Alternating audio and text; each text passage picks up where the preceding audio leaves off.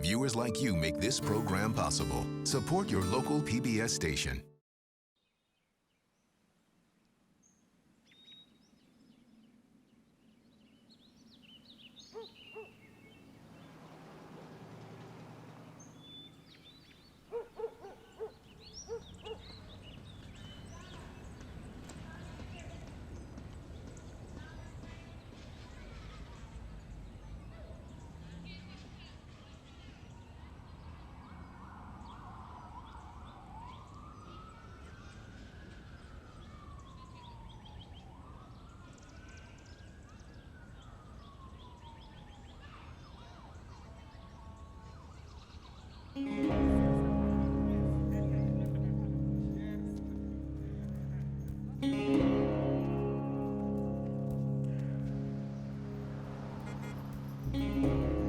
Standing with your back towards Glenwood and looking forward towards Eastlake Meadows, it looks like a military installation, you know, the way it was laid out, like Fort Bragg or Camp Lejeune, because you just had rows of apartments just as far as the eye could see. Some of the land was flat, and as it went on, it dipped, and then it came back up, and you had apartments on the hill, and it was just vast. It was a lot of concrete. When we moved to Eastlake Meadows, that was just like heaven to us. We went from no food and no heat and 5 to a room to bedrooms where you can go wash your clothes, everything in the house. You were warm. So we were just happy there until it became a nightmare. Residents say that drug dealers are all over Eastlake Meadows. You hear the gunshots going off all the time. All you can do is grab your kids up. We want a community center. We want some social services programs out there. It was just this chaos. It was called Little Vietnam by the police for good reason, and was just viewed as irredeemable. It was a place that was beyond the capacity that anybody could imagine things being different. We were all saying that they need to do something about this place. They need to fix it up or do something. They did something all right. There used to be a lot of bad things in our neighborhood. Now they are tearing down the buildings, and they're gonna build them into new buildings, and some of the people won't be back. So we will have a good community where people can have their children out and playing. Is you gonna live over here when they fix the houses up? I don't think so. We can agree that Eastlake Meadows was a terrible place, and we can then even agree that demolition was necessary. But if our first concern was the residents of Eastlake Meadows, then the way we would have gone about it and the outcome would have been different. They promised families that they would be able to come back in, life would be better. It didn't happen that way. Over the long decades of housing policy in this country, we have at some time said, yes, we have a responsibility to house people, a responsibility to give decent, safe, affordable housing. It's a basic human need. And so sometimes we've said, of course we have that responsibility. And then at other times we completely turn our back on that responsibility. Public housing has always been both a financial proposition and a moral one. About finding not just need, but somehow measuring worth. How do we begin to sort out which of the many people who could be assisted both need it and somehow deserve it? It becomes a window into race relations. It's a window into understanding the role of home ownership in society. And it's a way of understanding the level of compassion there is for those who do need some assistance.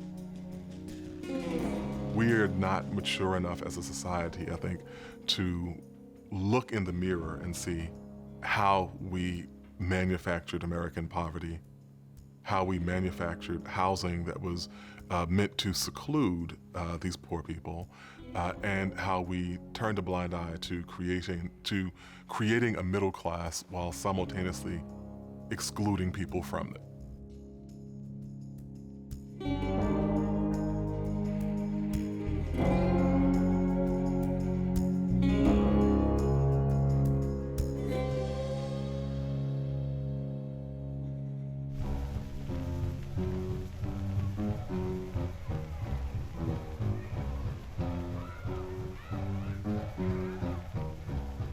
Uncle Sam starts clearing Atlanta slums in the plan to give modern dwellings to the poor. Secretary of the Interior Ickes fires the first blast.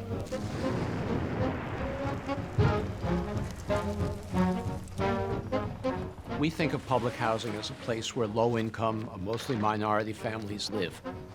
That's not how public housing began in this country. During the Depression, many families lost their homes. They couldn't afford to pay rent, and so there was an enormous housing crisis in the country. That was the reason that the Roosevelt administration began the first public housing for civilians in the nation's history.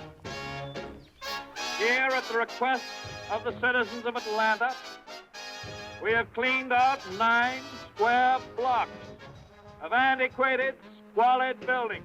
And in their place, we see the bright, cheerful buildings of the Peckwood Housing Project. The Public Works Administration began to build public housing across the country, primarily for white middle-class families. It also built some housing for African Americans, but it was always segregated. Separate projects for whites, separate projects for African Americans, very often creating segregation in neighborhoods or communities that had not known segregation before. The government had no interest in seeing this kind of housing go to the poorest of the poor. The poorest of the poor were the people they were trying to get out of the slums to make way for the upwardly mobile working class. They want residents who fit a certain image. They present them as a middle-class population. You'll see a mother in the starched dress and the perfect white apron in her kitchen with her appliances. They're telling everyone these people are low income, but they're the deserving poor. And deserving poor means you fit into this middle class image of respectability. Cities within cities, scientifically planned and built, where a man and his family with a small income can live with comfort and dignity. The government thought about public housing as a step up for families. You're working hard, so you're able to save, and hopefully, you live in public housing 1 or 2 years, and you will then be able to move into your next step.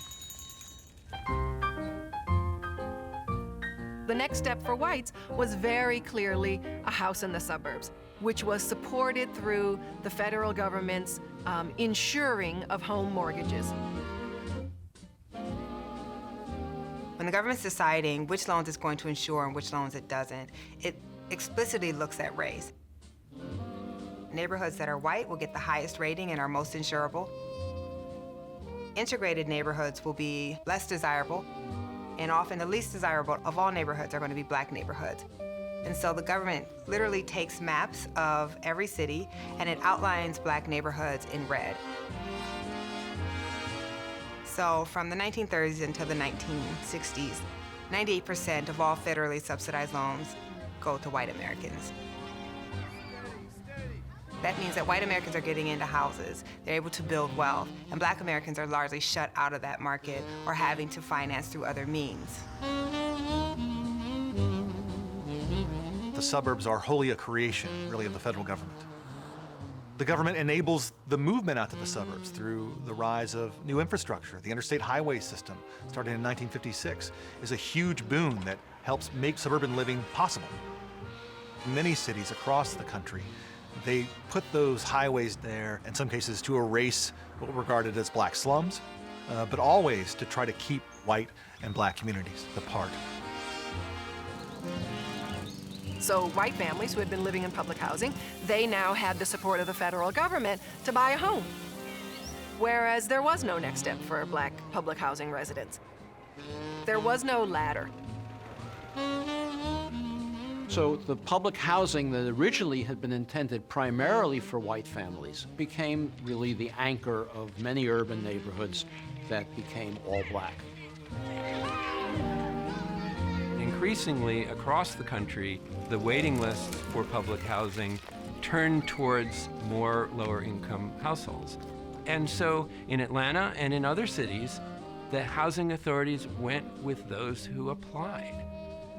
So this was a major transformation to really see public housing become the battlefield hospitals, the place where you cope with the poorest of the poor and not reward the best off among the poor. The cumulative effect of all this is that you wind up with two entirely different relationships to this country. One is the lineage of the New Deal through post-World War II, through the reforms in the economy and, suburbanization and housing that has created, this ideal, in America. And the other is a population that has, by and large, been denied access to those things.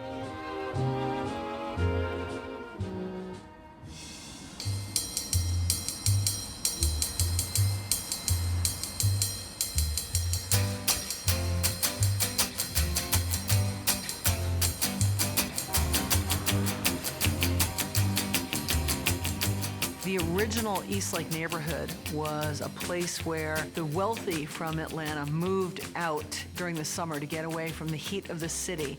And there was a little lake there called Eastlake, and it ultimately became the site of the Eastlake Golf Club.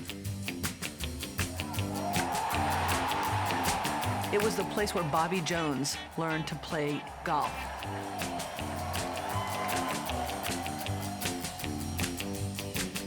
At the beginning of the 1960s, Eastlake was this middle class and upper middle class white area of the city, exclusively white. I think the numbers are, if you go back and look at the 1960 census, there were 8,000 white residents and 9 African Americans. Those African Americans would have been maids or other people who lived on the property of a white person. African Americans are chronically overcrowded in this central part of the city, but they couldn't find space anywhere else. They weren't able to buy homes in white neighborhoods across town because of the prevalence of what were known as restrictive covenants. These were lines written into the deeds of homes that forbade the purchase or occupancy by non-whites. So when the Supreme Court strikes down the enforcement of restrictive covenants, essentially rendering them useless, it's open for African Americans to move into previously white neighborhoods. There has been some talk in the plan that there would be a more or less exchange for the citizens of the white community to give way to certain land to be used by citizens of the Negro community. The black population of the city was surging, and one of the big compromises that developed was essentially an arrangement that areas of the city where African Americans had been prohibited from living would be opened up. Blacks could begin moving into these neighborhoods, and in return, they would not move into certain other neighborhoods that whites still weren't ready to leave. And one of the results of that was that this previously all-white, somewhat affluent, but beginning to age part of the city known as Eastlake suddenly became available for African Americans to move in.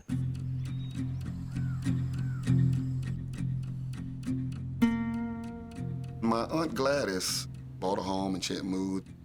And in your mind and your heart, you will hope and pray and say, I sure hope that all the white people don't move out the neighborhood just because we're moving here. We couldn't be that bad. Next thing I know, there was for sale signs everywhere. Everywhere. I'm gonna say they gave away the community. Sort of, call it white flight.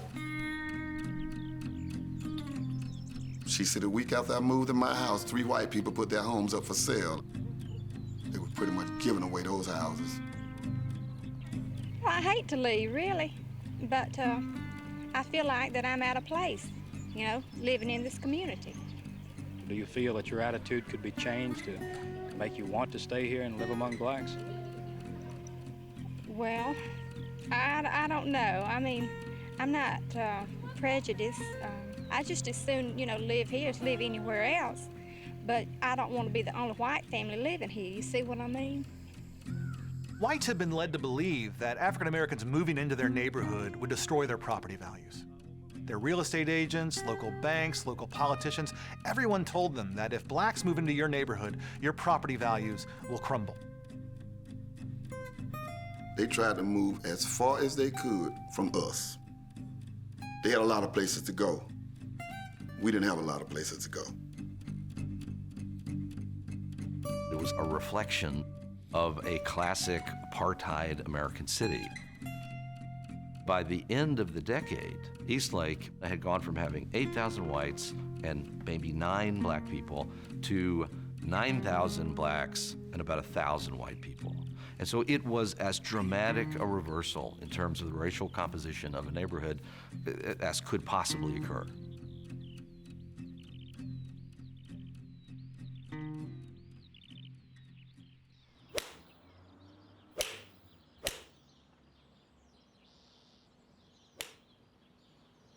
Members of the Eastlake Golf Club were doing what a lot of other wealthy white folks were doing in Atlanta, and that was fleeing the city. And so the membership of that club sold what was called the number 2 course, their second golf course, to the Atlanta Housing Authority for a new housing project. If you zone this beautiful golf course for these cheap apartments, what are you gentlemen going to do with the rest of us out there? Who will want to live in a section where there are 1,600 cheap apartments? The people of Atlanta are fleeing to DeKalb County, where we get a little more protection. But so they sell this thing off, and a big, giant, many hundreds of units housing project is built on this site right next to, 20 feet away from what was once the most historic, elite, exclusive country club in Atlanta.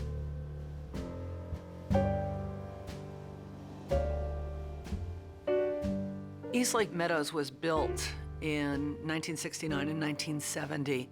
It was one of the last public housing communities built in that era in Atlanta, and it was as far away from mainstream Atlanta as you could be and still be in the city. I think Eastlake Meadows was built exactly the way it was planned in terms of wanting to create a place where we could push the least of these and forget about them.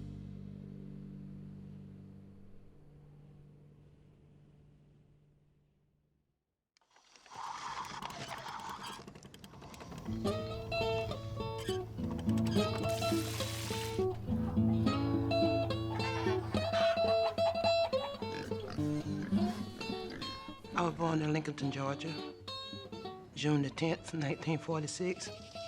My father sharecropped it. They had cotton, they had corn, peanuts, all types of vegetables. I used to thought we were rich until I got older, and then I knew we were just living from day to day.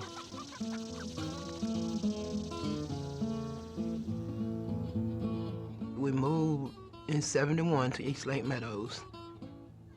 My husband, he moved here. Then he sent and got me and my 2 daughters. I thought it was a real nice area to live in. In '72, my husband passed. I had 4 children and I was pregnant with my baby. I had to take care of the household and all of that then, so I just did what I had to do. So I just stayed.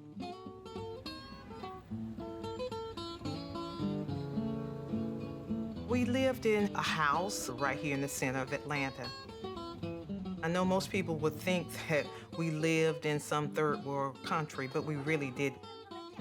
There was so many of us that we took turns sleeping in a bed.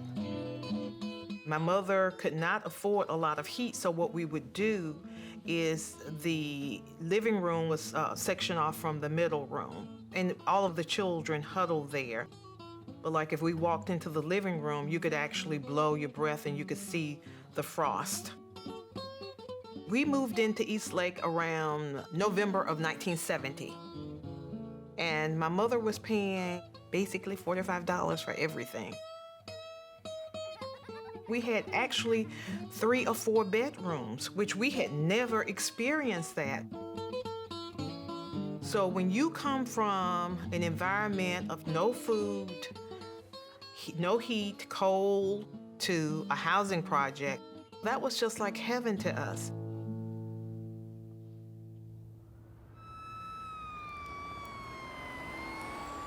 I was playing basketball one day and somebody rolled by who knew me and said, "Hey man, your house on fire." I said, "Man, you kidding? No, your house on fire." So I caught a ride, went up there and the house was on fire. Well, we had a drop wire over the house and somehow it dropped down and hit the house. Somebody called the fire department and they were putting it out when we got there, but it was too late.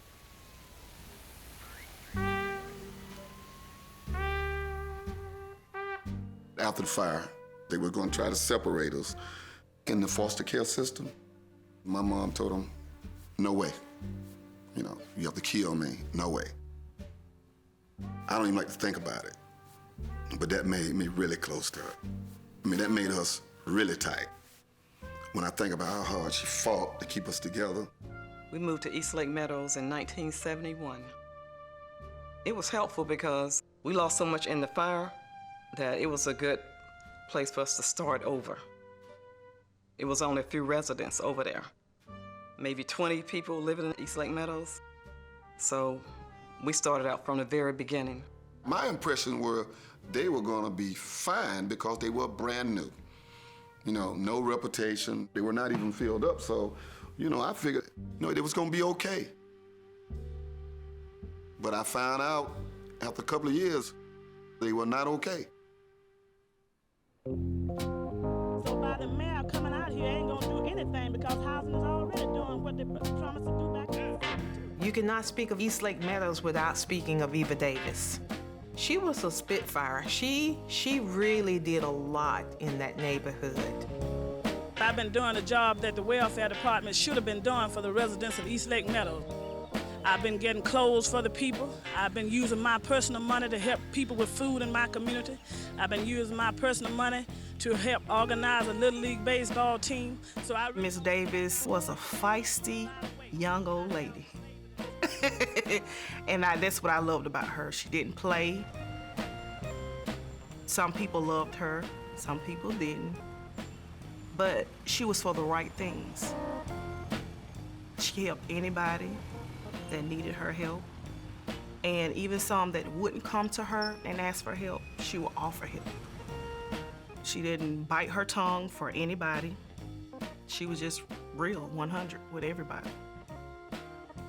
I grew up on a farm in Crawfordville, Georgia, Tallaferry County. And it was a country place, and it was way down in the woods. But there was no jobs down at our hometown, no more than the cotton field, and I got tired of the field. So I moved to Atlanta. She met my grandfather, and shortly after she got to Atlanta, the relationship apparently, didn't work. So she was a single mom at that point with 8 kids.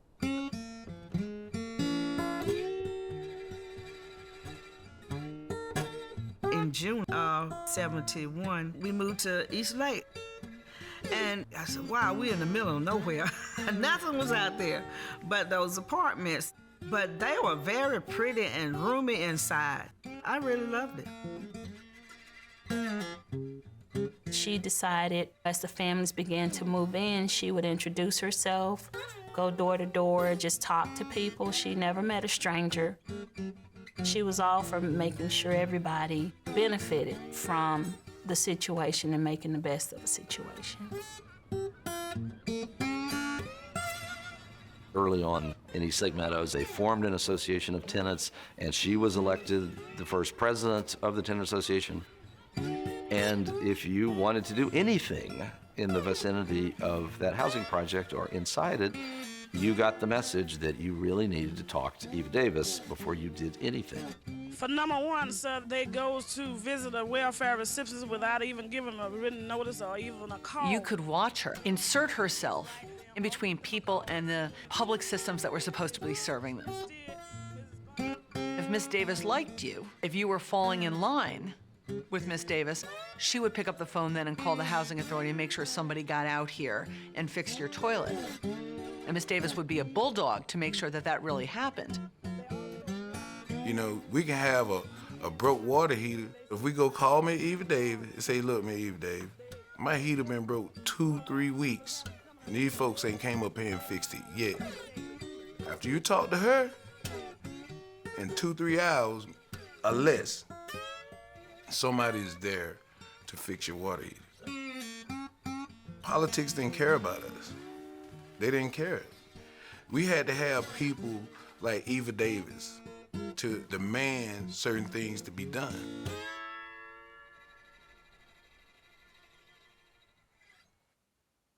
They used to have revival tents that would come in periodically to save us.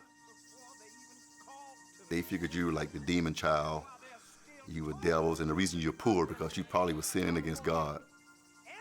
They have an organ player playing. He would preach a word, and then he would line people up that were so-called possessed with the demon.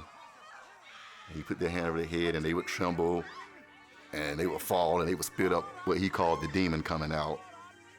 And then they would ask for their donations, and people would give their money. They would always go through one project after another with their little revival. And they feel we weren't saved enough, they would come back and save some more. Even as a kid, I thought that was crazy, but they did a lot of that because they thought we needed it.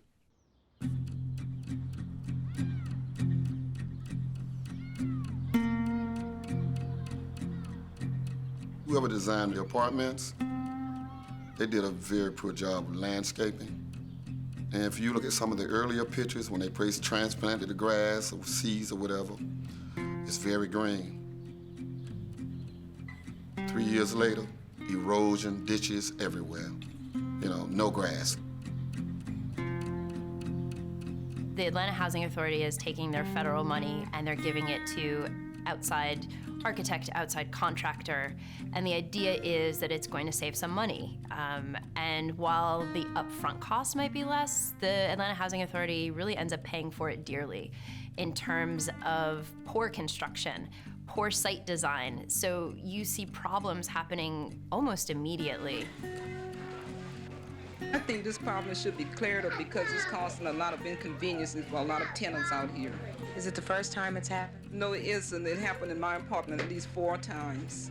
They say you don't miss your water until your well runs dry, but East Lake Meadows residents say they wish they could miss their water, especially the sewage water, which is now flooding their houses. The infrastructure, what we learned after the construction, was completely inadequate. The basic water lines, sewer lines, drainage lines were poorly done at best.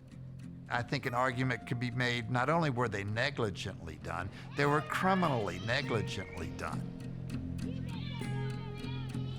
As white residents left, the city lost the tax money that they provided. And so the city is home to more and more poorer Americans who need more and more city services at the same time that the city is less and less able to afford them. And so there's a need for public housing, but there's not the capital behind it.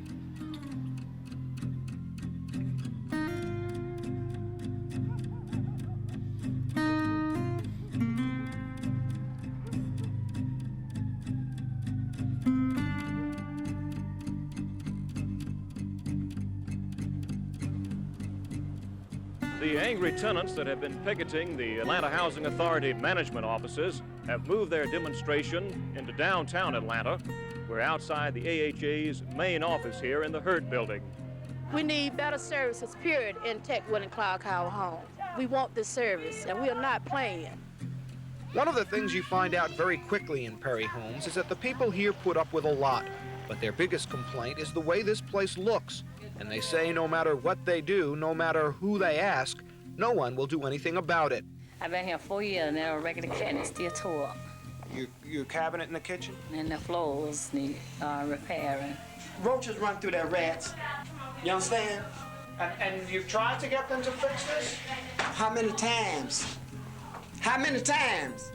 And what do they say? We get you again. Tenants can't get things fixed. The trash doesn't get picked up on time. The grass doesn't get cut anymore. And instead of saying, what's going on with the maintenance of the housing, it suddenly becomes about the value and worth of the people who are living in there, as if Black and Latino people do not want decent housing, as if they do not want to keep up their housing. Better raw sewage. But it's actually the government that's not keeping it up. See right here? See how it stink? I know you smell it. You just got a dead project out here. People just living here on borrowed time.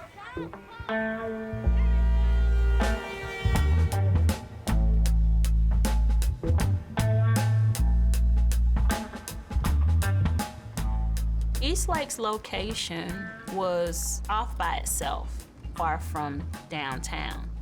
A lot of people didn't have cars, so you would catch the bus or you would pay someone who had a car to take you where you needed to go. There weren't many cabs because they were afraid to come over into East Lake. There are very few stores out here. Most businessmen don't consider this a good place to open up shop, and that makes it hard for the people living here. The separation of Black neighborhoods and white neighborhoods means that businesses make discriminatory decisions about where to locate. Things like grocery stores, daycare centers, banks, healthcare centers, doctors' offices, on and on. Black neighborhoods get fewer of them, white neighborhoods get more of them. It doesn't mean that Black folks don't create many good things within their own neighborhoods. My dad used to have a rolling store on these big buses. You know, he'll load everything up on it from anything you need. Toilet paper, washing powder, snacks, chips, like a store. Penny candy, penny cookies.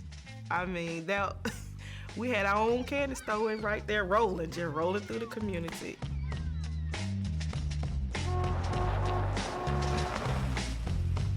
Mr. Benny, the vegetable guy, no one knows where Mr. Benny got those vegetables.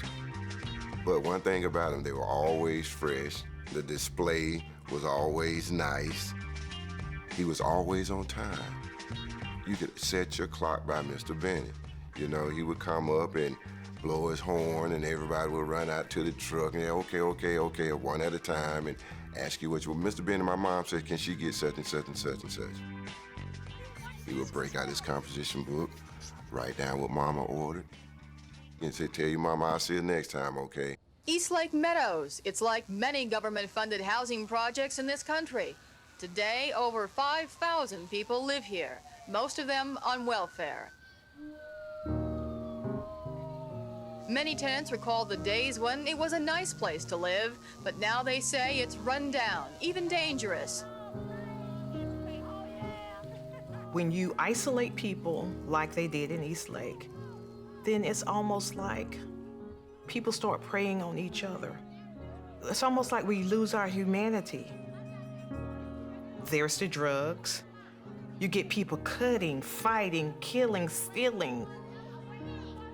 Kenny White says East Lake Meadows has a nickname, Vietnam. That's because it's compared to a war zone. I see a whole lot of fighting and cutting up and shooting. Young mothers fear for their children. That's what Queen Wheeler says. It's not really a good environment for them because it'd be too much shooting and fighting. We knew to be in the house at the street lights when the street lights come on. And if you were caught outside after the street lights or weren't in the house, that meant you were in big trouble because when the street lights come on, things start happening. And people wanted their kids safe and in the home, so that was basically our cue for curfew.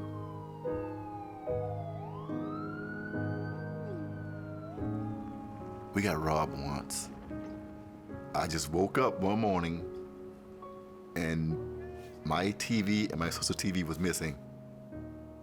Somebody just walked in. It could have easily killed me. They just got my TV and left. We call them quite often when we are being robbed, our senior citizens are being knocked down and pocketbooks took away from them, our doors being broken into in our home. We'll call them. You know what they ask us? Where do you live? We said East Lake Meadow. They said, well, I'm sorry, so you have to call the police from Atlanta. And then we called the police department from Atlanta. It take them an hour to get out here. Sometimes they don't come at all. And so if they can't come to East Lake Meadows when we call them, we in deadly need. Our lives are at stake. What in the hell did they come out here for yesterday doing us like they did? If they can't come out here to protect us, why come out here and harass and scare us today? Right.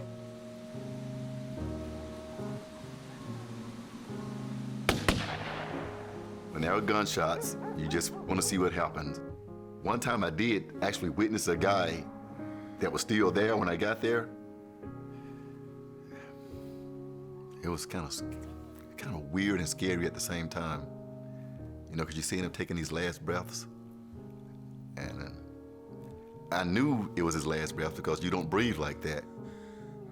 You inhale all this air, then there's this long pause. You're sitting there looking because you're a kid, you're curious, and he exhales, and it's like 2 more of those left, I'm sure, and then you see the last one, and you're like, I think he's done. It just hits home. You see somebody die that you know, or you hear about a friend the night before that got killed. You shouldn't walk over dead bodies. People shouldn't shoot through your house. That's not normal. In disadvantaged neighborhoods, individuals have a higher level of any given stressful experience, and that changes how we function psychologically, how we feel emotionally. It has negative effects on our ability to adapt and cope with all of the adversities we face in life. At one moment, everything would be okay, and the next moment, all hell would break loose.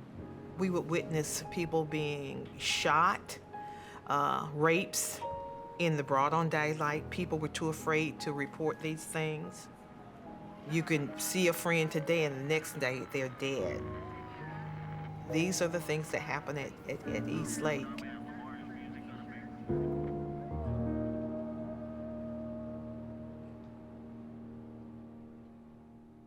There was like a network of grandmothers. Basically, they ran everything around there. It was like the grandmothers, then the aunts, and so on, but the grandmother was at the top, and the aunts would be like her, you know, her underbosses or whatever, but they kept everybody in line. Not saying that there was like a total absence of men, but even with the men around, the women ran it.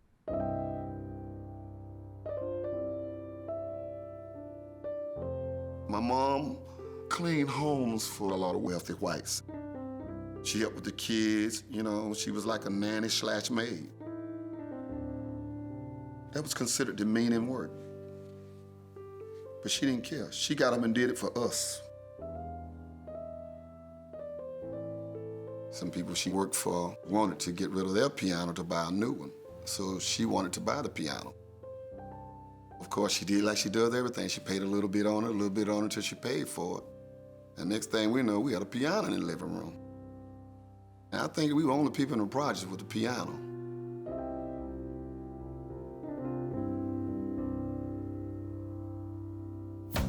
The first song I learned was I'll Take You There by the Staple Singers. Seriously. Dun, dun, dun, dun, dun, dun, dun, dun, dun, dun. I know a place. Then the gospel part would come in, and I would just dun dun dun dun dun dun dun dun dun dun dun dun. And I loved that, and I played that song every day. Ain't no smiling faces. I'll take you there. Help me all. I'll take you there. Since the walls are so thin in the projects, the lady next door would play music, but like, you know, they have these drinking parties, you know, drinking, dancing, doing whatever. She would put a stack of records on the 45 and they would all drop down, but that last record would keep playing. Oftentimes the record would play 15 times, but that's what I needed. I would just play along with the record. If I didn't get it right the first time, I would get it right the 15th time, and so I did that every day almost. And that was my teacher.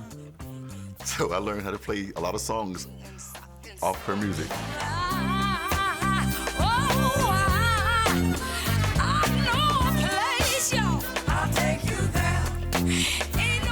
When you're poor, you make your own fun. And that's what we did. And that was the kids and everything. It's just like a big party.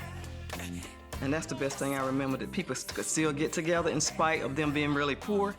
They knew how to get together and still have a good time and enjoy life.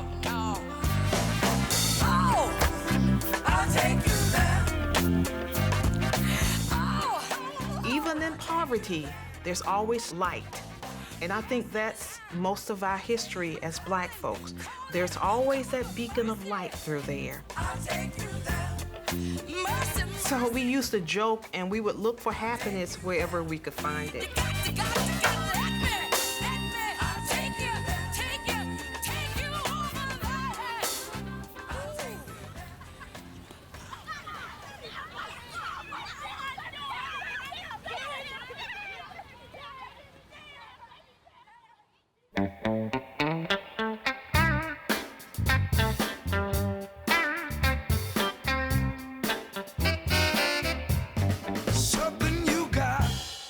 What I saw from my mom was I saw determination. I don't know why she chose me, but one morning she got me up and she said, I'm gonna buy me a house. She said, I know nobody thinks I'm gonna get one. I'm gonna move out of the project. And she got me and she took me to the bank downtown Atlanta. We caught the bus and I went down to the bank with her. And she said, I have a bank account. This is my bank book. She said, I'm gonna put whatever I can in this account until I get enough money to buy me a house. And I never forget, she put $5 in. And I said to myself, ooh, that's gonna take a while. You know, that's gonna take quite a while, you know. Makes everything all right. She would come home from work. She would give me $25, $35, $10, $15. And what I got a chance to see is, as the years progressed, I just looked and I said, wow, Mama started off with $5 and now she got $2,000, you know? So I saw what determination could get you.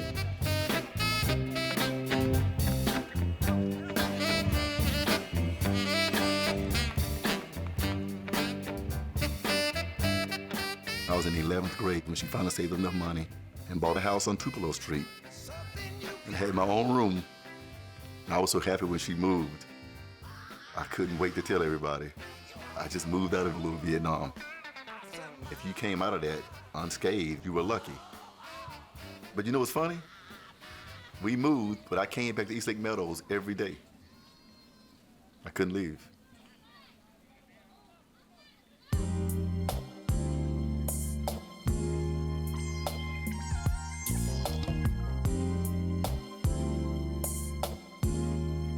I was born in Ohio.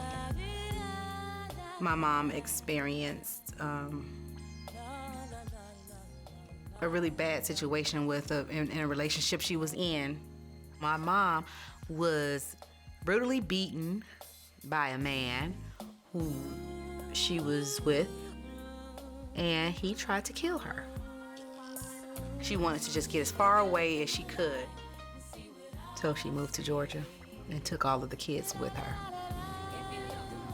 We stayed in the car, 4 of us, just living out of the back of the car until we was placed in a shelter. You stay in a shelter for X amount of time until they place you. And that's how we were placed in East Lake Meadows. My mother and father separated. When I was 14 years old, my dad moved out to East Lake Meadows. I told my dad that I don't want to stay with Mama no more, you know, because she's too strict. She won't let me live there. So he said, well, come and stay with me. When I got there, oh man, I mean, I was exposed to a lot of things that I never thought in life that I'd be exposed to at a young age.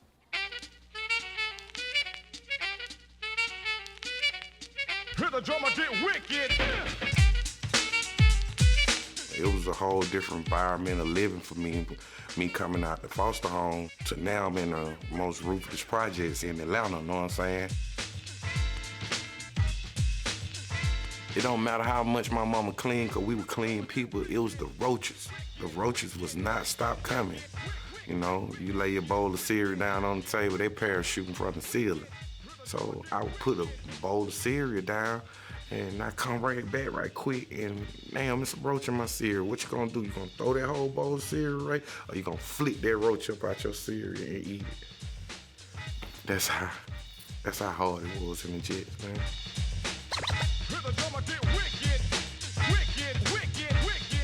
I was 17 when I had my first son. And I was one of the proudest dad you probably would ever meet. And raising my kids in there was tough. You had to make ends meet. You bringing kids in the world, they gotta eat. I started selling drugs because it was in the family. At the time, my brother did it. My dad did it. That was our way of surviving, you know, because it was hard to get a job for a black man anyways. Basically, when you open your refrigerator, you ain't got nothing to eat, you know, you got to put some food on the table. So we turned to pumping gas, hustling. I asked some people, can we pump gas for a quarter? Well, that was just a sale pitch because it ended up getting $1 or whatever, because people were respecting that you were from the projects and that you was trying to make an honest living. When you were a young man in need of money, you would go and you pump people's gas and they give you tips or whatever. But then that wasn't enough money anymore. Across the country, crack has already surfaced in at least 19 of the nation's largest cities. Some addicts say crack's been available in backstreet Atlanta for over a year and a half. It happened real fast. As soon as crack hit, man, it hit like a wave. Crack is the drug dealer's dream for quick marketing the convenient new Coke like a fast food. That's when the money started coming in. It was fast. It was very fast. You make $1,000 less than an hour. That's fast. You had drug dealers out there throwing up money, you know what I'm saying? People that didn't have cars got cars. I mean, I was like, yeah, man, I'm in a being like that one day, man. I know it, man. I can be like Black, you know, or Red, because they had these nicknames. I started really learning the game. I started really selling at the age 14, too. I mean, I was like, oh, man, this is it. Everybody heard about Lil Willie. Man, Lil Willie be making that money, man. I just started being like a lookout boy. My job was just to alert other people that was out there serving the drugs when the police were coming up the street. So I would get out of school, do my homework, and then I'm heading to them, you know, trying to make some money for the day. I was looking at it as being a meal a day for my family.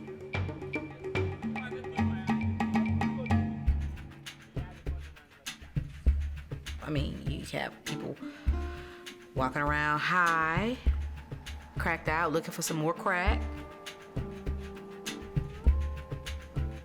People who were perfectly normal one day, the next day they're just not functioning. I mean, they're just walking, trying to find some crack.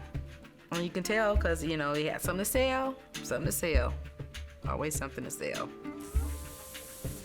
Everybody's a party, hang in the street, just drank beer, whatever. Man, it was okay. It was like we was close. But when crack cocaine hit, we became extremely divided. There's no more parties. It was like a ghost town. I met a guy who was sitting there smoking, and then I asked him what he was smoking, and one thing led to another. I said, let me hit it. You know, let me try that. So I tried it, and it was crack cocaine and weed. So, hey, that's all I needed right then. You know, I ain't think about no food, no nothing. But when I started doing those drugs, man, it just went down. Okay, on my way. Anything will be used against you in a court of law. In Atlanta, there's a housing project where drugs are rampant. There's so much gunfire, the post office sometimes refuses to deliver the mail. Yet another child, the second in 2 years, has died at East Lake Meadows, a victim of the violence associated with the sale and use of illegal drugs. Police say about 200 gang members have been operating in the area. Gangs go by such names as Warriors, Creepers, and Down by Law. I think about 3 guys get killed out here behind drugs. It was maybe about 3 or 4 times a week. You know, you hear shotgun shooting. I would get my kids and go in the bathroom, or if I didn't have time to do that, we would just lay on the floor. Sometimes it might be 20, 30 shots, sometimes it'd be 2 or 3. But when it was over with, you know, we got up and kept living. You see this overwhelming violence, robberies, assaults, murders. You had law-abiding citizens who were just down and out on their luck living in these housing projects that were being held hostage by the corner boys. Then their own communities are being decimated through the use of crack cocaine. There has been talk of building a fence around the project, an effort to keep crime out. But Tenant Association President Eva Davis says that's not what the community needs. We want a community center. We want some social services programs out there. We want a place for our children to be able to go and play. We need a place for after-school activities for our children. We need that more than we do a fence. My mom would call the police on you in a heartbeat, and she would run you out in front of her place or even off that street. She was a gangster when it comes to drugs. If you're telling someone that they can't sell drugs and that's their revenue, that was a threat. And it even got to a point where when she didn't back down, they firebombed her apartment. And we ran out, apartment fully engulfed. But she refused to move. She did not want them to move her. And I hope the Lord that the police department... It was time for a meeting. And she went through the community and she was on the bullhorn announcing, we're having a meeting because you didn't kill me. I just never saw her cry, sweat, which is still amazes me to this day. I just never saw her break. Show me hands, get on your knees. Get on your knees. I plan to keep some police presence in East Lake Meadows. So Chief Bell noted the Red Dog anti-drug unit continues to work public housing projects with a great deal of success. He said starting today, he plans to put crime prevention resources in East Lake Meadows. While there's almost no money from any source making its way to an East Lake Meadows to address the human suffering that is there, or to open up meaningful channels for people to make their way out of this situation, there is now an avalanche of money going to law enforcement agencies and the people who believe it's their job to police the behavior in these places and contain what they view as a kind of evil contagion.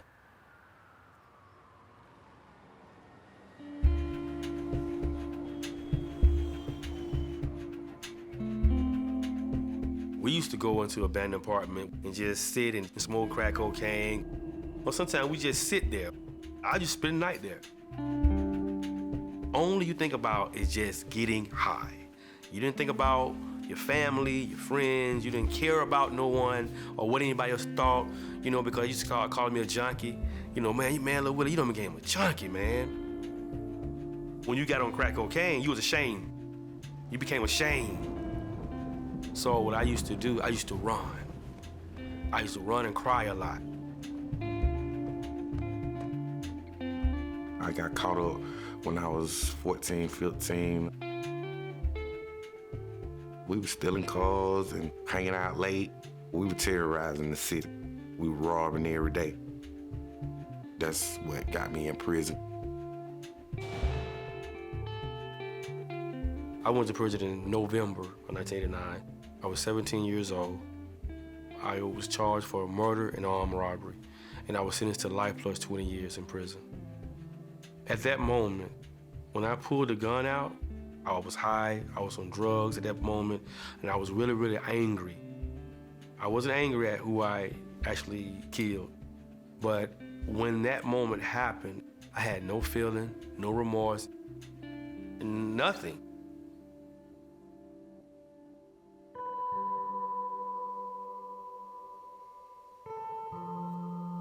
My mom was strung out on drugs. You know, we had people, doctors and nurses, and good jobs, construction workers and lawyers, come to her house to get high. just felt like, oh no. We were just having so much fun. And then it's, okay, go upstairs. When my company leave, you can come back down. I just got tired of it, and it hurt. It really did. I cried in my room. So I had dolls upstairs in my room, and I would play with my dolls and play school with my dolls. And I had a full class session going upstairs. I would teach them and read them books as if though they were real live people. And I enjoyed it. I just didn't know from day to day what was gonna become of me in the future. I love my mom, and I wanted her to be there more for me. In the times where she wasn't doing drugs, we spent good quality time together, like sitting by the window, talking about the most simplest thing, but it was so big to me. She said, now I'm gonna tell you some things. It might not come out right, but just listen to it. You just listen to what I tell you and don't pay attention to what I do. And I won't steer you wrong. And she didn't. She did the best she could do. She did the best she could do with what she had.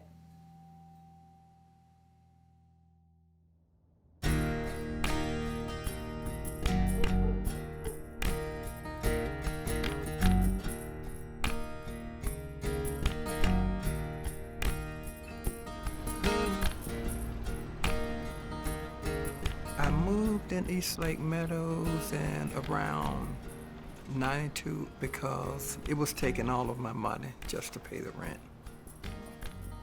When you can't buy a simple thing like an ice cream cone unless you take some of your bill money, that's not a good feeling. I was determined that no matter how long it took, I'm coming off of this welfare. I wanted to be an X-ray tech. So I enrolled myself in school at Grady School of Radiologic Technology. And it was going well, but when I received my financial aid, they were calculating the grant money as though it's my income. So my rent went up, the food stamps went down. It just caused everything to start crumbling. It was like you take one step forward and you get pushed back 5 steps. Lapita. We had a 2-bedroom, small little unit. It was me, my mom, my 2 sisters, and my littlest, youngest brother was born there. My mom worked 2 jobs, and she was a security guard. She was also the hairstylist in the neighborhood. What's your name? Lupe. What's your name? My dad is Mexican, so people were always trying to fight us because they were like, oh, those are mixed race kids. They probably have a little more money, even though we're from the same place. This is a quiet little girl. She's the head of her class, she's smart, and she's beautiful. They would just pick on us. And there was drunks, there were crackheads around. It was like a war zone. It is heartbreaking to be poor. Me and my husband was always having financial difficulties. I had 3 daughters, and they depended on us both to make sure that they had their housing and shelter. And I didn't want them to ever know what it felt like to not ever have a roof over their head.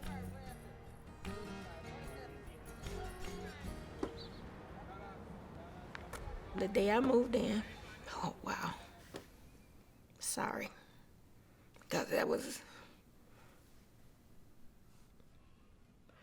the day we moved in was okay. It was a pretty day.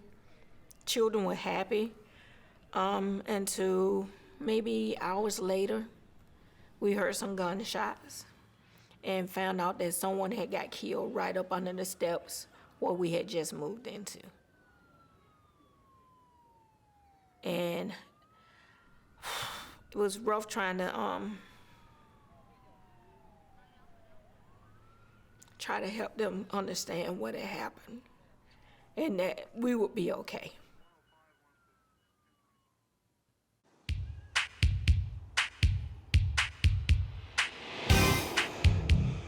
Cabrini Green is not a color. It's a high-rise crime There's wave. little hope of This saving the public Columbus homes. Deterioration there has just gone too far. The Newark Housing In the Authority next week, AHA commissioners will begin examining what few options they have for offsetting the cut in federal dollars. But at this point, those options are we hear the public housing projects in Chicago are the worst in the country. Riddled with drugs, overrun by gangs. The elevators in the 8-story building don't work. Neither do the incinerators. Hard times spreading just like the flu. Watch out, homeboy, don't let it catch you. Public housing projects. They can be eyesores to those who live near them and nightmares for those who live in them. The media plays a huge role in this narrative about public housing. No one in the United States knows how many people are on welfare. The image of the welfare queen, which is popularized by Ronald Reagan, is kind of set in stone by the media. The media picks up on this. The media picks up on what we now know to be a debunked myth of the crack baby. The media picks up on this idea of the super predator, of all of these terrible societal problems that are coming out of public housing. And public housing becomes the image for all of that.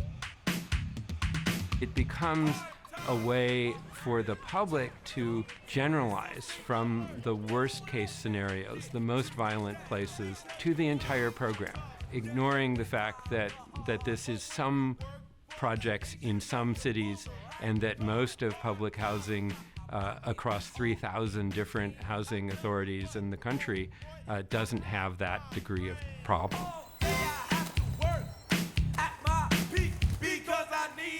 We never saw more than one image of public housing. And it's not to downplay how difficult it could be in that environment, but what you didn't see was the communities that people had forged for themselves, the long bonds that people had across generations with each other. I don't think we ever gave enough credit to what that experience was really like for people who worked very hard to build a place for themselves that was safe, who had relationships, and who had people who they could depend on when there was no one else who was going to be there. It's a myth that people aren't trying. You get really high quality schools in a low-income neighborhood and you're gonna see kids one after the other saying, I wanna go to college, I want a good education. This idea that people, as a general statement, wanna stay in their conditions because they wanna be wards of the state, it's just not consistent with the evidence. I'm gonna keep on fighting till my very last breath. Let's take public housing, for instance. Public housing is one of the last bastions of socialism in the world. Imagine, the United States government owns the housing where an entire class of citizens permanently live. We are the landlords of misery. Let's talk about what the welfare state has created. We end up with a drug-addicted underclass with no sense of humanity, no sense of civilization, and no sense of the rules of life in which human beings respect each other. We must reduce illegitimacy, require work, and save taxpayers money. Perhaps the most important legislative issue Congress will take up this year is welfare reform. And I strongly believe we have to end the welfare system as we know it. In the 1990s, we saw the culmination of 20 years of increasing resentment and antipathy toward poor people, toward public services, toward African Americans, to people of color. It was reflected in things like welfare reform. I would suggest, Mr. President, The idea that the public coffers had to stop being fleeced by these undeserving people. We malign entitlements because we're often blind to the ones that we receive and have helped us so much.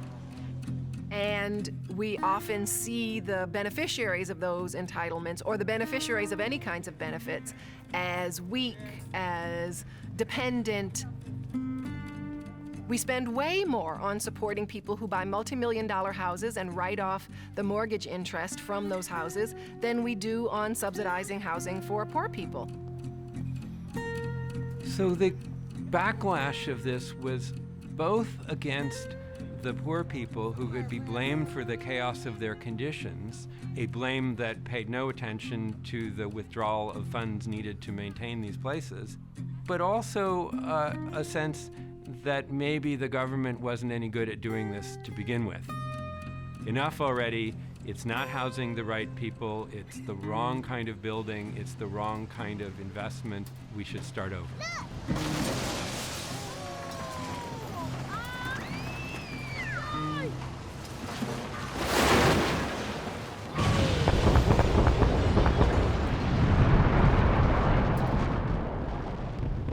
There's these larger forces that they want to start bringing white people back into the city and middle-class people back into the city. They want to start to reclaim these areas. So you start to see a lot of policies to implode and bring these public housing structures down under the guise of new federal programs that are going to be mixed income.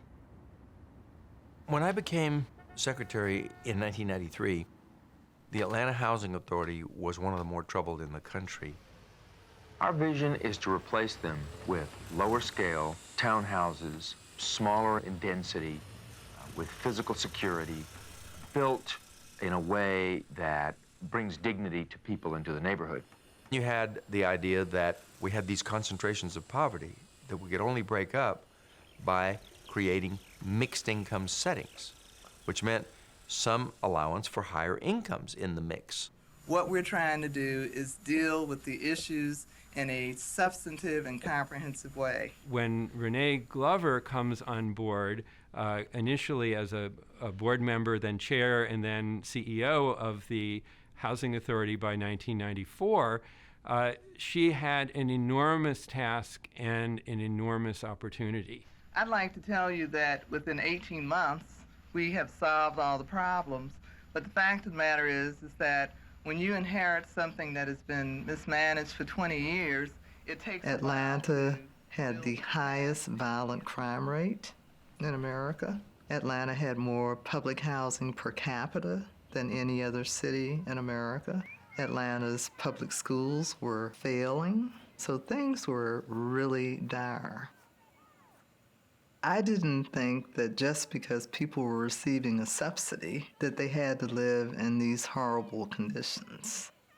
These days, the head of the Atlanta Housing Authority is heralding the beginning of a new era. Up until that point, the idea was, how can we rehab it? What social programs can we put into place? What modernization things can we do to the grounds, to the physical buildings? But Glover says it might be time for this all to go. So phase one is all of Techwood. The housing project will be torn down and completely rebuilt as a mixed income development. The first phase should be complete by the time the Olympics get underway in 1996.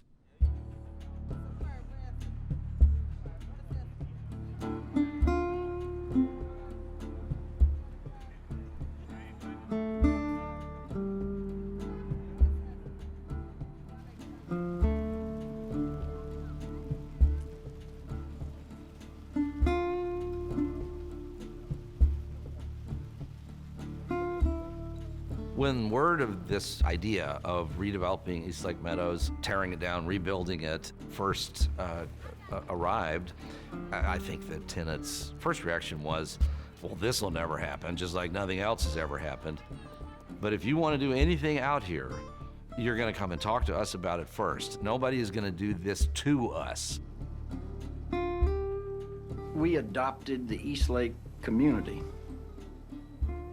and the specific housing project, which was the center or the primary problem in the community.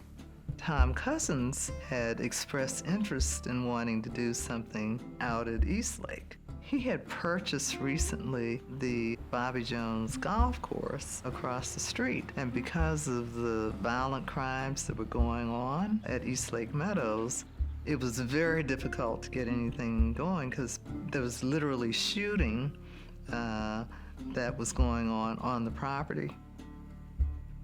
I think that Tom Cousins looked at this situation and saw a kind of, win-win-win. We should make a big bet. Let's go in and put a lot of resources into one thing that can make a big difference, and that would be to turn around this terrible housing project. My Lord, the shower got holes all in it up in there. It don't make no sense. It's ridiculous. For Eastlake Meadows, it had everything to do with Eva Davis. When we started the conversation, I think Ms. Davis was skeptical about whether or not a mixed income community could work. Ms. Davis felt that they was trying to steal that land back and expand the whole golf course all the way through. And they kept trying to tell us that no, that wasn't gonna happen. But that suspicion was always in the back of everybody's head. That's a really scary proposition. If the only thing standing between you and homelessness is the public housing unit that you occupy. And for families who have not been well served by the school system, by the housing authority, by virtually every institution that was supposed to support them, that was a major act of trust for people to say, okay, I would be willing to leave this community on the promise that you will let me back. You don't own this, so how can you tell them what to do with something that you don't own? Well, they think we are dumb. They think we are stupid, erratic, and crazy. They don't even give the residents of this development credit for even having common sense in which we were born with. They didn't own the property. They didn't own their apartments. They had no legal power of any kind. And the Atlanta Housing Authority could have just walked in one day and said, everybody out tomorrow, and brought in bulldozers the day after that. So Eva Davis had no power at all, except that if you were a politician who needed votes there, she could mess things up for you. But also Eva Davis could just make it painful for you to try to do anything in this environment. Will the people who live here get to come back? Well, that's a very insightful question. And that's a question that we have been spending a lot of time with the planning committee. There are a number of residents who live in the Eastlake Meadows community who are representing all of you and all of the other families who live at Eastlake Meadows. And one of the questions that we've talked about is the right of families to return to the community. Techwood was the first redevelopment. And it was very well known that only about maybe 25 or 30% of the new apartments were available for public housing residents. A lot of the residents was not able to come back to Techwood. All they want to do is to get us out regardless of where we go. They don't care. As long as we get out their buildings. I think that they are going to move another class of people into the inner city and move us back to the outer city if they can. The planning process was really about making those decisions. How many apartments are we going to be able to build back on site? What would the income mix be? Ms. Davis felt very strongly she wanted it 50% public housing assisted and 50% market rate.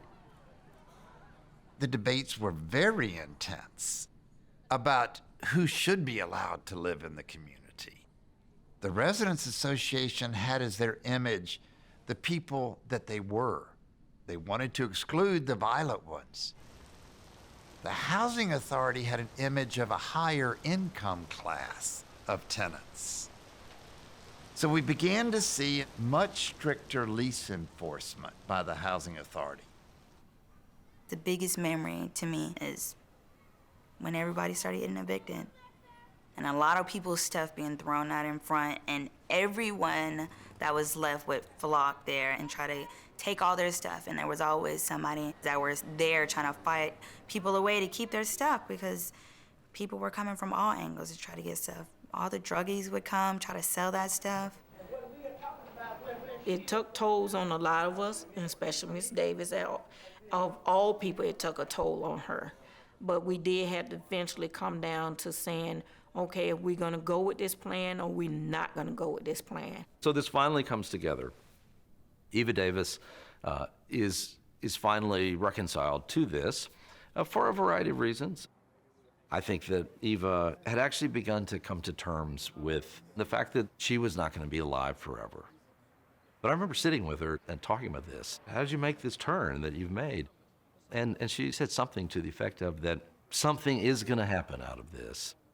And so I think this is what we ought to do.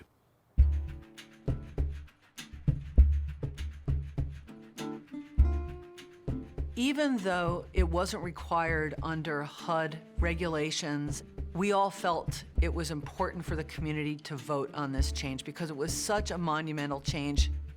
And so Ms. Davis took it to the Resident Association for a vote.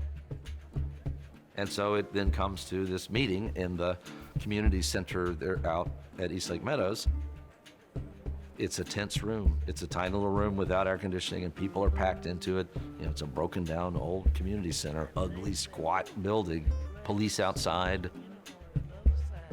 3 or 4 of the tenants got a group of people together and say, Eva Davis is lying. She's gonna get these people, let them buy this our money. You ain't gonna have nowhere to go.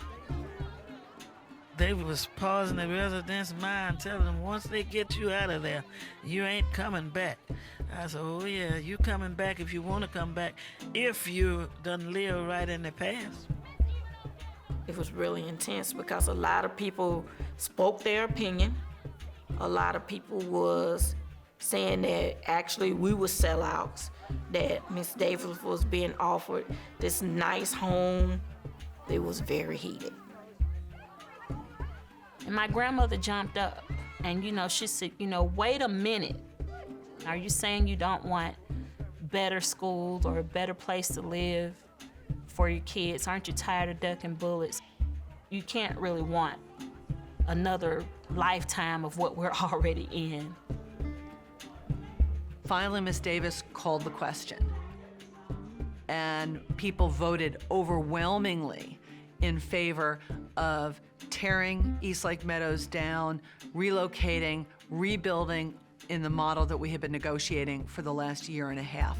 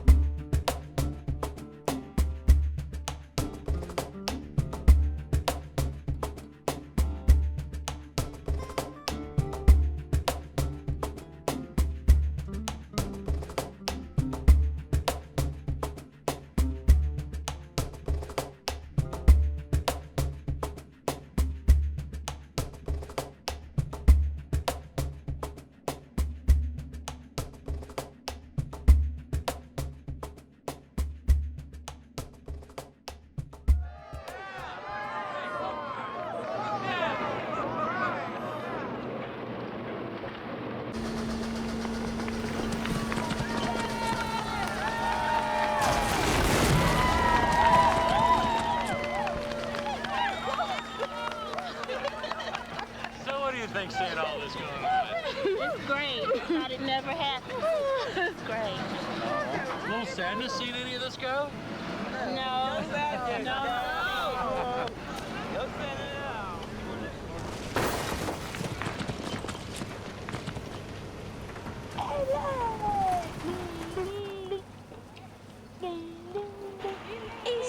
Eastlake. Better get ready to move. We're coming to town. Eastlake. Better get ready to move. Where you gonna go? When I tell Eastlake town. Video club was set up through school. They gave us a video camera and a microphone, some journals. We would rap and sing. We're coming to town. We'd just be living our lives through the little camera that we had.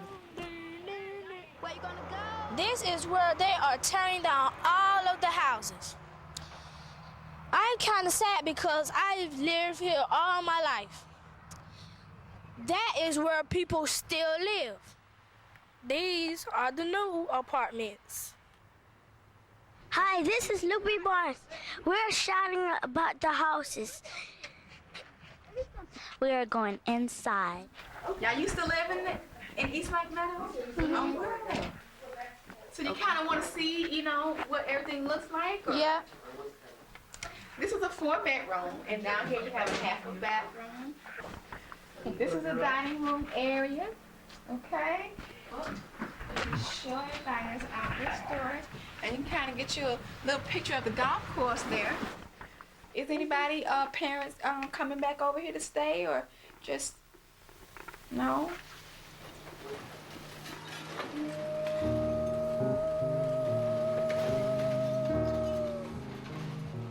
When we saw them tearing the apartments down one by one, they were promising that they would move people out per building, move them somewhere while they renovate the building and bring them back. But we was seeing buildings being just torn down and people dispersing. We just saw everybody around us gone. We didn't want to be the only ones in the building. So we moved out. And that was that for East Lake Meadows. We didn't go back.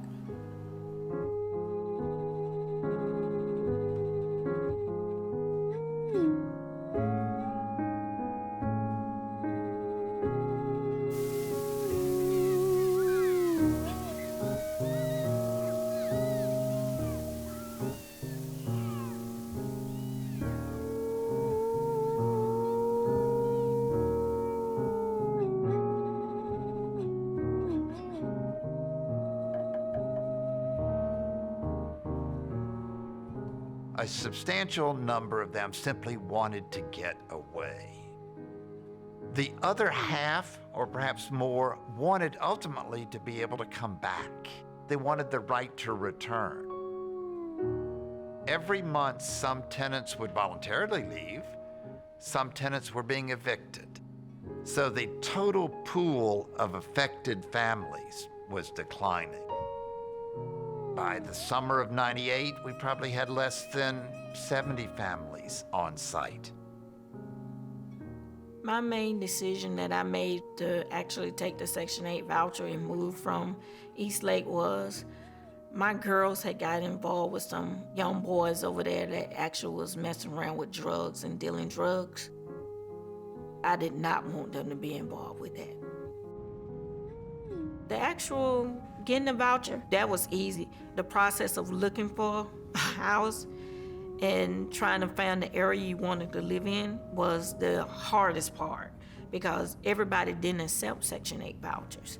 And a lot of people, when they found out that you moving from a housing project, that was another stigma they had on people too. But it just so happened I found a landlord that was in Gwinnett County that was willing to take the voucher. In most places, if you have a Section 8 voucher that's helping you to pay the rent, a landlord is permitted to refuse to rent an apartment to you.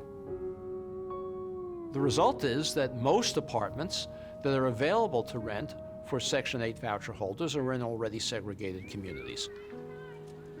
So these vouchers, which were supposed to get poor people out of poor neighborhoods, end up keeping them in poor neighborhoods. And the only places they're able to use the vouchers are in the same crummy neighborhoods that the housing projects were in that they were trying to escape.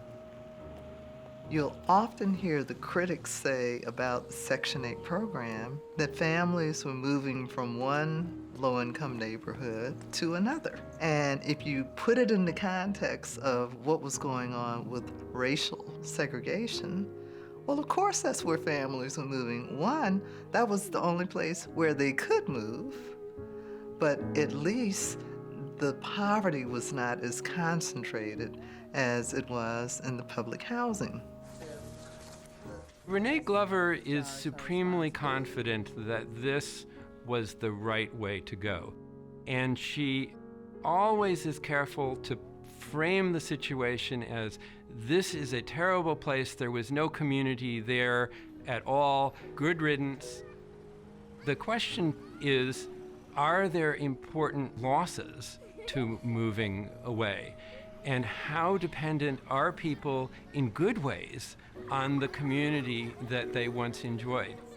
The capacity to provide support networks, the capacity to have child care from a family member, the proximity to some kind of job. Should we be completely dismissive of those things?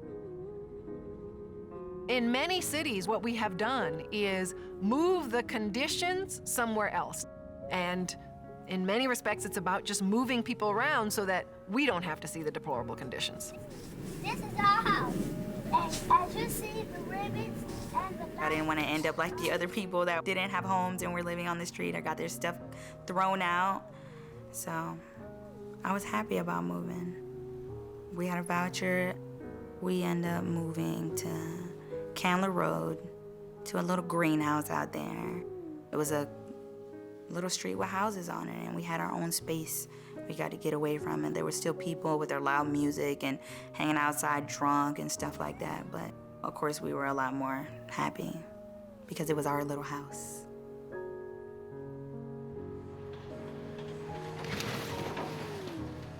In prison, I had seen in the newspapers, word on the street, they tearing down a lot of the projects in Atlanta, and we was one of the first ones to go. I got out 2001, February the 16th. There was no more Meadows. When they finally got it up, my mom took us down there, and we all went down there as a family. And we just walked around and looked at like what our neighborhood had turned into. It was where we grew up at. So we went back and we just looked around, and that was that. They were still doing construction on some parts, and that was the last time I went back.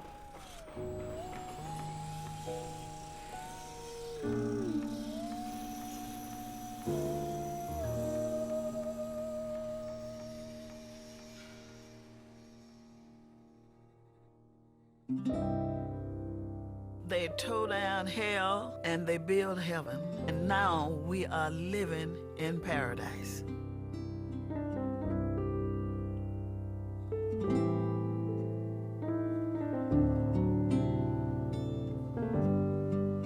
She got what she wanted, and as long as she was happy, I was happy. She didn't want to live anywhere else. She didn't have a desire to do anything. She ate, slept, and breathed Eastlake. It was her world. I didn't know she had ovarian cancer till later on. My grandmother said that she didn't want to go to a hospice. If she was going to pass away, she was going to pass away in her home. I can remember it was a Monday morning. I was on the way to work. My uncle called me and said she was gone. She died at home. I miss her a lot. I miss talking to her, hearing her advice, because she gave a lot of advice. I really miss her.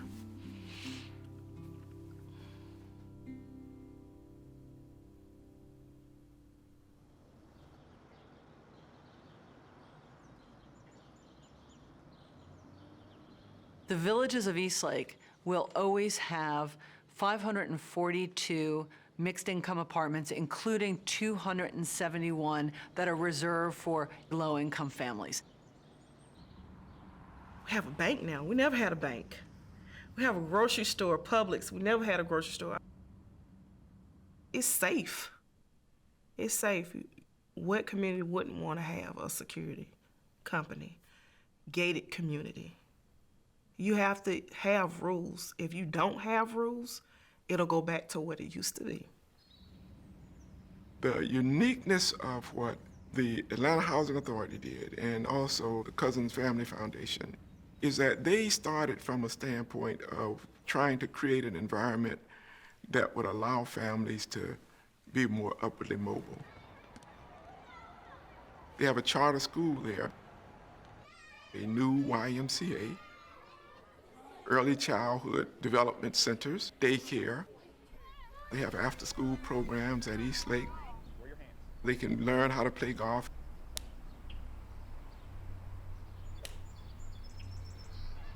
Some of the original families moved back, but that was roughly only about 15% of the families. Eastlake Meadows was occupied by the poorest people who had the greatest needs and the fewest support mechanisms. Many of them were disqualified from coming back. Stricter screening requirements were in place. The goal of the Housing Authority in the new community was to have a higher income class of residents than lived in the Meadows.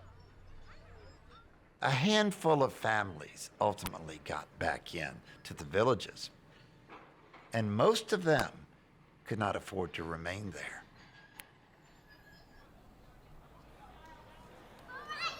A clear benefit was for that subset of the original residents who were able to come back. They did come back to certainly a much nicer existence than they'd had before, and one without the crime, and that is the case. There's no doubt about that. I go to Drew Charter, and we have an elementary school and a high school and a middle school, and it's very popular, let's just say that. Arms up. Here we go. Let's go. Yeah.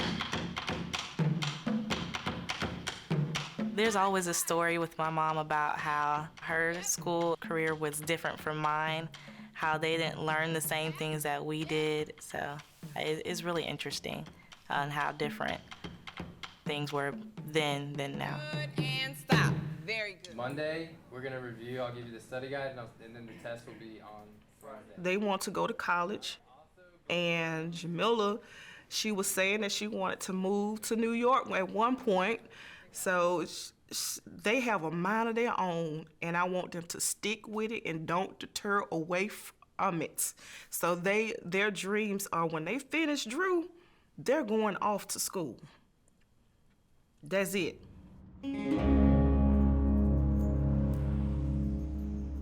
The surrounding neighborhood, the single-family neighborhood, really has changed dramatically. It has become much wealthier. Back in 1995, the average sales price of a house in the Eastlake neighborhood was about $45,000 if you could find a buyer. Today, the average sales price of a home in the community is about $260,000. It is tough to create a brand new community in an area that has developed a very tough reputation. So it takes courage to do it in the villages. The danger is forgetting for whom it is being built. Don't have that on, man. It ain't on. It is. I see the light. That's crazy, huh? I ain't never crazy in the world. We lost sight of the population, the individuals, the families that lived there when the demolition began. It has created a stronger community, but it has also created a community where it's tough to live if you're making minimum wage or less. I don't want to be critical of the villages as a success in its own right. What I am quite critical of is the fashioning of housing policies where we no longer serve those who are most in need. If you're only looking at the place, then there's really no denying that it is amazingly different and that it works for the people who live there in ways that are almost unimaginable given the previous kinds of conditions that existed. So as place-based redevelopment, the model is really quite good. If, however, one is interested in the welfare of the original residents, then the model was insufficiently attentive to their needs, where they ended up, and the impact of this on them. Our record nationally in terms of getting original families back on site is ridiculously bad. We made better places, but we, by and large, didn't make better places for the people who originally lived there. When they tore down Eastlake Meadows, they displaced a lot of people, but it needed to be torn down. It was dilapidated, crime-filled, just run through. So it was time, but the way they did things after they demolished it, They promised families that they would be able to come back in, life would be better. It didn't happen that way. Some people attempted to get back in only to be told, well, we caught your grandson over in a neighborhood 7, 8 blocks away, and he was selling drugs, so he can't come back and you can't come back. I mean, if you're gonna take something away from them and they're innocent, give it back.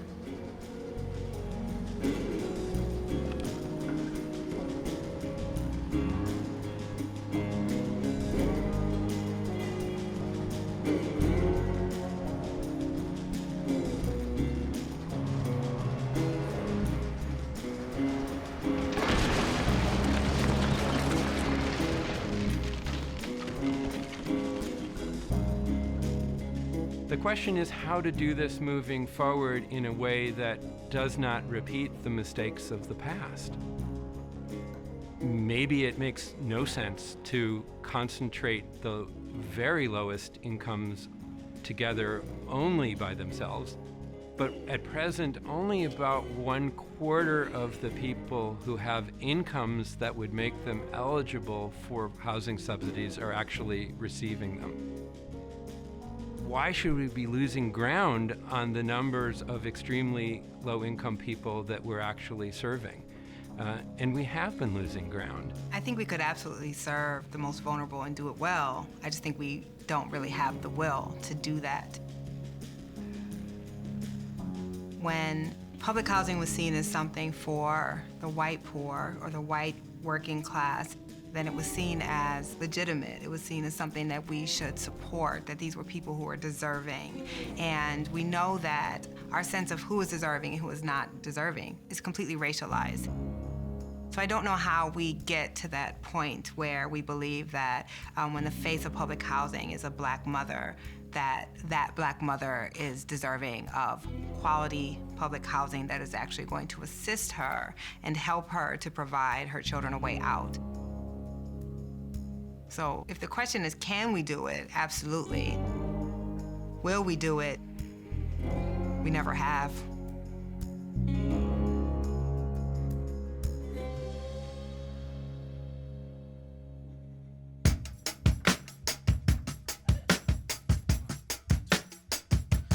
Have a word for your brother.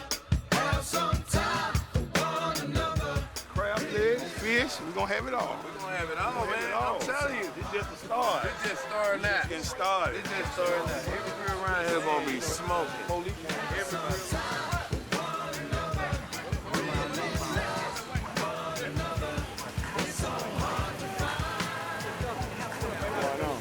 East Lake Meadows. I enjoy those days. Ain't nothing but family around here. East Lake Day, baby, y'all know what it is. Every year, come out and show yourself. Good to see you, man. I'm gonna talk to you in a minute. I learned a lot from East Lake Meadows. I'm glad I was there for my own reasons, what it did for me. I found my love for music there, my love for sports. I met a lot of friends, people I still talk to today. To me, it was a good thing. It wasn't supposed to be a permanent thing, but it was a good thing. It was school for me. It was an education. It's a good thing and it's a bad thing. This is where we learn everything we know about everything. This our home. You ain't nothing like home. Ain't nothing like home.